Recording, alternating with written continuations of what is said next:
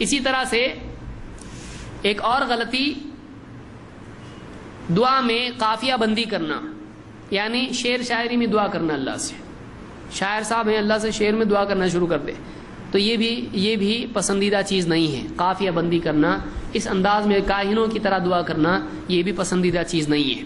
ابن عباس رضی اللہ عنہ کہتے ہیں فانظر السجع من الدعاء فاجتنبه، دعا میں قافیہ بندی سے بچ، شعر شاعری کی طرح دعا کرنے سے بچ، اس سے بچتا رہ.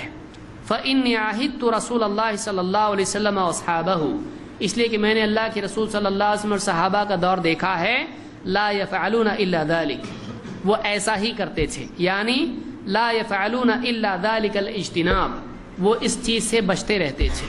اس کو بخاری نے روایت کیا ہے. تو شعر شاعری کی طرح دعا نہیں کرنا چاہیے، کاہنوں کی طرح دعا نہیں کرنا چاہیے.